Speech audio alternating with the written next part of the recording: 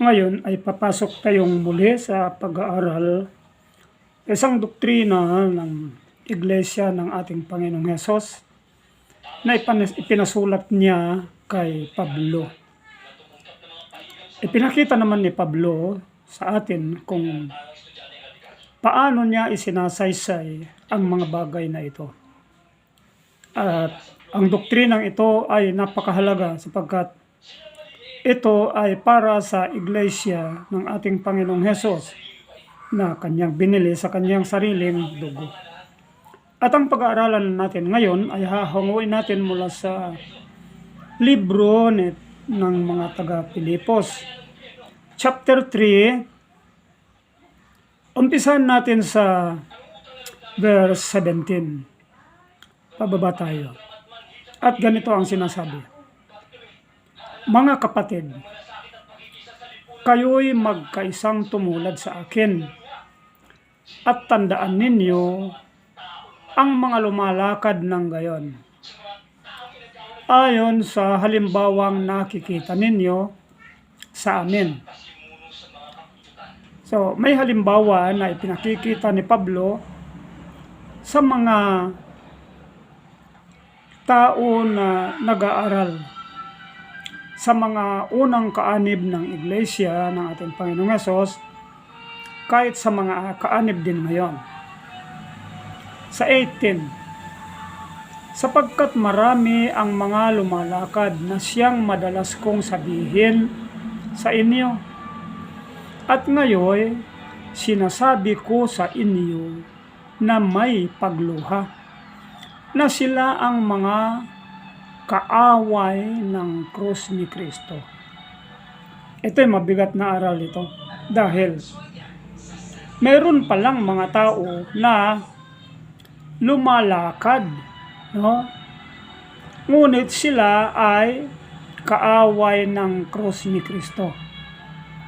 So ito ngayon, ang paglakad ng mga taong ito ang siya nating titignan kung bakit sila naging kaaway ng krus ni Kristo. At ito yung sinasabi ni Pablo. Sinasabi niya sa atin ngayon, ang sabi niya, madalas kong sabihin sa inyo na ngayon sinasabi ko sa inyo na may pagluha. Dito si Pablo, pinapakita niya na parang nagmamakaawa siya sa mga tao na sumasampalataya o sa kaanib ng iglesia o sa ibang mga iglesia na meron silang ugali na hindi nararapat pakikipag-away sa krus ni Kristo. Kaya ngayon, ito yung tutunghayan natin kung ano ba yun, bakit sila tinawag na kaaway ng krus ni Kristo. At dito ipinakikilala niya ngayon kung bakit sila naging kaaway ng krus ng ating Panginoong Hesus. Now, tuloy natin. Ang sabi niya, ang kanilang kahihinatnan ay kapahamakan. Itong sinasabi ditong kapahamakan ay kamatayan na ito. At ang kamatayang ito ay sa impyerno dahil kaaway nga sila ng krus ni Kristo. Ang kanilang tiyan, ang kanilang Diyos. So ito yung napakasama. Ito yung Diyos-Diyosan sa sanglibutan na hindi nakikilala ng ibang mga relihiyon o karamihan ng mga relihiyon. Dahil sa kung ano ang nais ng kanilang tiyan, yun ang kanilang sinusunod. Kaya ang tiyan nila ang nag-uutos sa kanila upang sundin nila yung kagustuhan ng kanilang tiyan. Kaya siya na nga ang naging kanilang Diyos. Halimbawa, ano kaya ang mga bagay na yon? Ang ating Panginoong Hesus mismo, ang ating Panginoong Diyos nung una pa man, nung itinatag ng ating Panginoong Diyos na makapangyarihan sa lahat ang kanyang iglesia, sinabi na niya na may mga maruruming bagay na nilikha niya, may mga karumal-dumal na bagay na nilikha niya na hindi nararapat sa tao ng Diyos. Ipinagbawal niya talaga yon sa mga tao na sumasampalataya sa Kanya, sa Kanyang bayang banal. Ngayon, ang sabi na ng karamihan ngayon, ano man ang inyong naising kainin, pwede mo nang kainin. No? Kaya dito ngayon, naging ang kanilang tiyan, ang kanilang Diyos. Kaya ang tiyan ng mga tao ngayon, ang pinakamalaking Diyos-Diyosan sa buong sanlibutan. Hindi na nila nakikilala, hindi na nila pinapahalagahan ang banal na utos tungkol doon sa pagkain para sa kanilang kalusugan. Ipagpatuloy natin. At ang kanilang kahihiyan, ang kanilang kapurihan, yung kahihiyan nila sa harapan ng ating Panginoong Diyos, pagkat itinatakwil na nila yung kanyang banal na utos, ito na yung ipinapalagay nila na kapurihan nila. No? Parang mararangal silang kumakain ng mga bagay na hindi nararapat. Kapurihan nila ang uminom ng mga bagay na hindi nararapat. Kaya nga dito, naging ang kanilang tiyan, ang kanilang Diyos. So, napakaraming sekta ng relihiyon dito sa mundo. Ngunit, napakapalad ang iisang relihiyon sa buong mundo ngayon. Sapagkat hindi niya kinikilala na ang kanyang tiyan, ang kanyang Diyos, at yan ay walang iba kundi ang Seventh-day Adventist.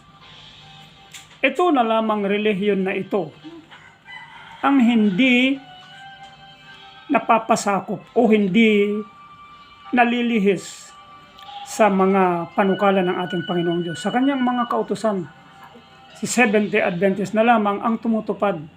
Siya na lamang ang nagtityaga at malakas na sumasampalataya sa Panginoon sa kanyang pagtupad sa mga kautusan ng ating Panginoon. Ngunit ang iba, humiwalay na sila. Humiwalay. Ngayon, dito, sa verse 20, sinasabi dito, sapagkat ang ating pagkamamamayan ay nasa langit. Maliwanag na ang mga nasa langit ay sumusunod sa mga kautusan ng ating Panginoong Diyos. Walang sumasalungat. At dito sa lupa, walang ibang sekta ng religion na sumusunod sa Panginoon kundi ang Seventh-day Adventist lamang. Kaya dito, maliwanag na ang Seventh-day Adventist ang makikipamayan sa langit.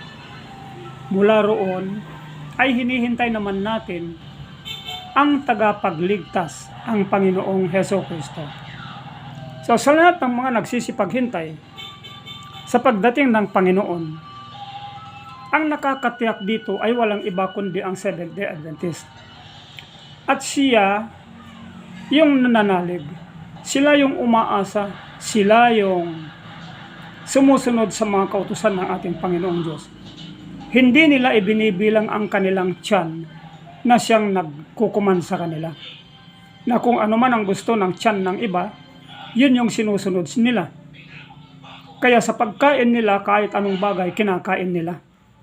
Dahil yun ang gusto ng kanilang tiyan. Yun ang kanilang Diyos-Diyosan. Kahit gusto nila ang ahas, kung kinakain nila yung ahas. Butiki, kinakain nila yung butiki. No? Kahit ano, bayawa, kung ano mang marumi, kahit ipis, kahit na ano paman. Hindi na nila kinikilala yung mga bagay na marurumi. Kaya, ang nagdidikta sa kanila ay ang kanilang tiyan. Pag ginusto ng tiyan nila, ginagawa nila, kinakain nila, iniinom nila. Yun ang ipinag-uutos ng kanilang tiyan. Kaya ang tiyan nila ang kanilang naging Diyos. Tulad nung kanilang iniinom, mga bagay na hindi dapat inumin, mga bisyo na karumal-dumal na sinabi, yun ay ginagawa nila. At dito sila nahulog.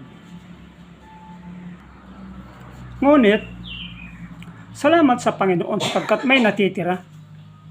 May natitirang iglesia sa lupa na walang iba kundi ang Seventh-day Adventist na hindi niya kinikilalang Diyos niya ang kaniyang tiyan dahil sinusunod pa rin niya ang kautusan ng Panginoon sa paghihintay niya. Habang hinihintay ni Seventh-day Adventist ang tagapagligtas na Hesukristo, nabubuhay siya na sang-ayon lamang sa panukala ng ating Panginoong Diyos. Ang aral na ito ay medyo mabigat pakinggan at unawain, ngunit ito ay isinulat ni Pablo. Kalooban ito ng ating Panginoong Hesus. Ipinasulat na at nakakatakot ang mga tao na kinikilala nila na ang kanilang tiyan ang kanilang Diyos. Naway patnubayan tayong lahat ng ating Panginoong Diyos, ano? At unawain natin lahat ang katotohanan ito upang tayo ay mapasama sa pakikipamayan sa langit na bayan. Ito ang aking hiling sa Panginoon. Magandang araw at oras sa ating lahat.